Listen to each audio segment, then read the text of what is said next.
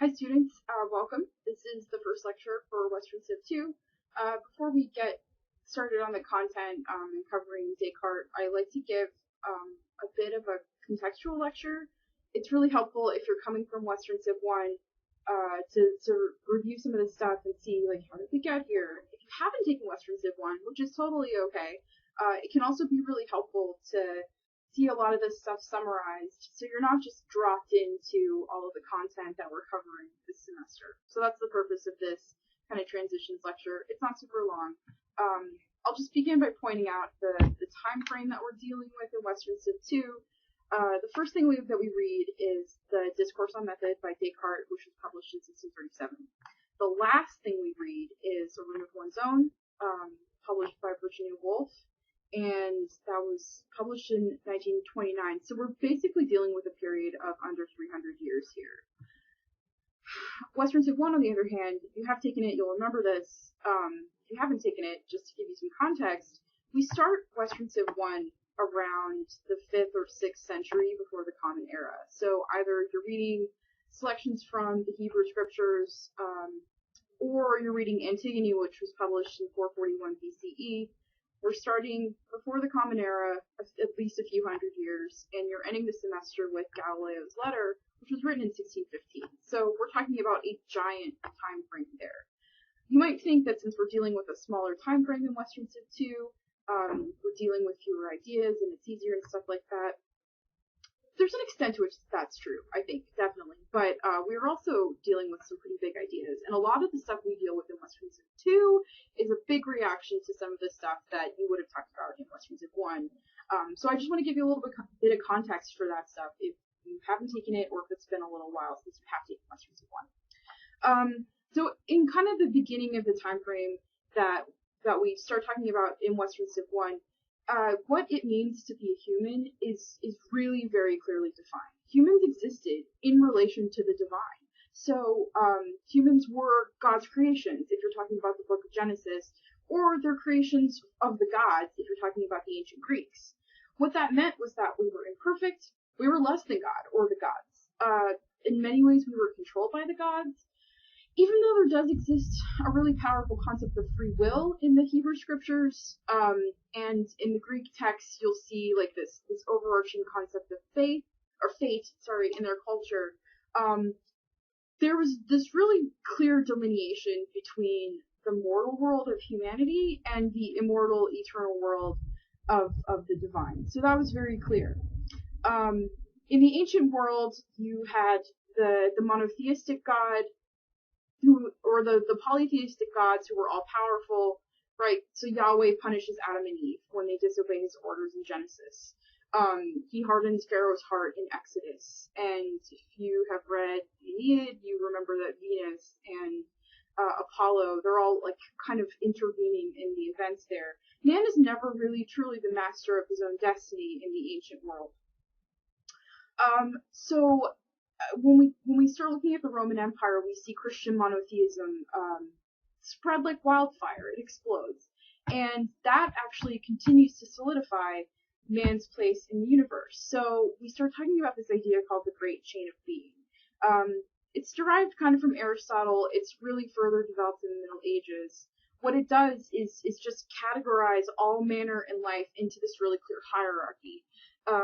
God's at the top, right? And then you have like angels and then man and then woman and then all the animals and the plants and the rocks and the protozoa and stuff like that. So you've got this picture and it's pretty well established for a long time, and then that picture begins to kind of erode.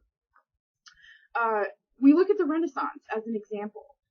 The philosophy of humanism, which we just defined simply as the study and celebration of human culture in all of the ways that we can express it. Art and literature and science and music. With the idea being that the emphasis is on the human, right? Not the emphasis being on God or the emphasis being on nature. That really marks this shift where we start reconsidering the relationship between humans and divine. So the viewpoint changes. Instead of looking at humans and how they relate to God or whatever divine entity you're dealing with, the new focus is the self. It's the I, right? The capital I. I. The thing to remember about the humanists, though, is that they're not atheists. They quote from the Bible, and they use other religious sources to vindicate just generally a more positive view of humans. So instead of humans being seen as imperfect, sinners, people who have disobeyed God's commands, and now we're stuck toiling the earth for all of eternity, the individual human being becomes a microcosm. Because the humanists focus on the fact that human beings were built after the image of God, and they could therefore express the likeness of God. So humans, free will became really important. Humans became free to transform themselves. So we have this more positive treatment of all of the possibilities of humans.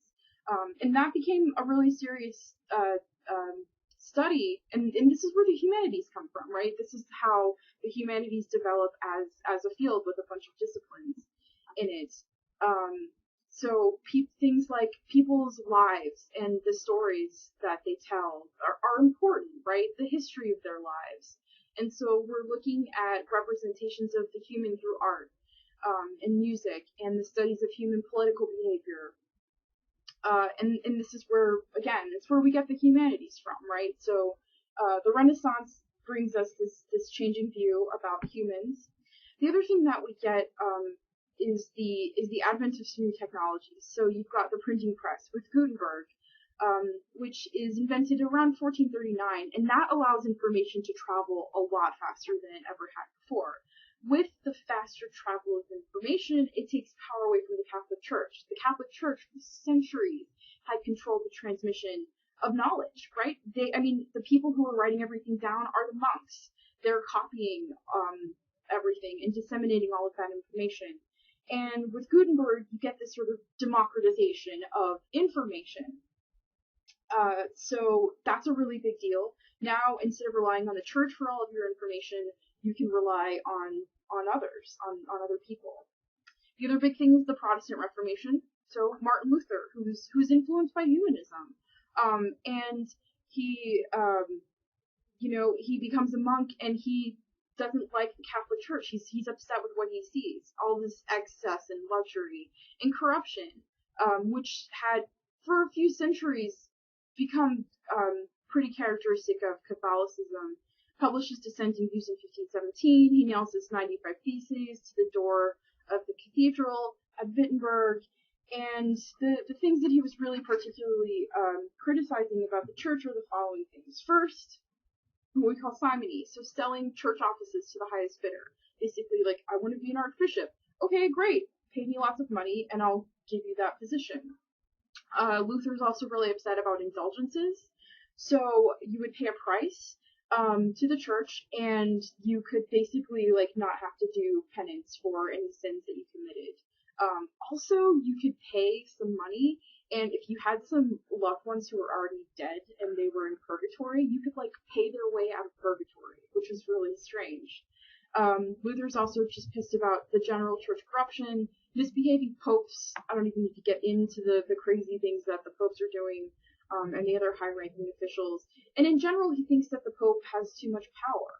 So what he proposes is what we call the priesthood of all believers. He thinks that all Christians are priests before God.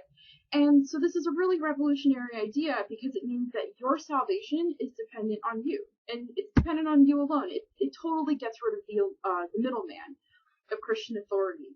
So what this does is it paves the way for individual personal relationships with one savior. Again, we're looking at this changing relationship between humanity and the divine. So the Renaissance, the printing press, the Protestant Reformation, all of these things kind of come together to shift the focus from God to man.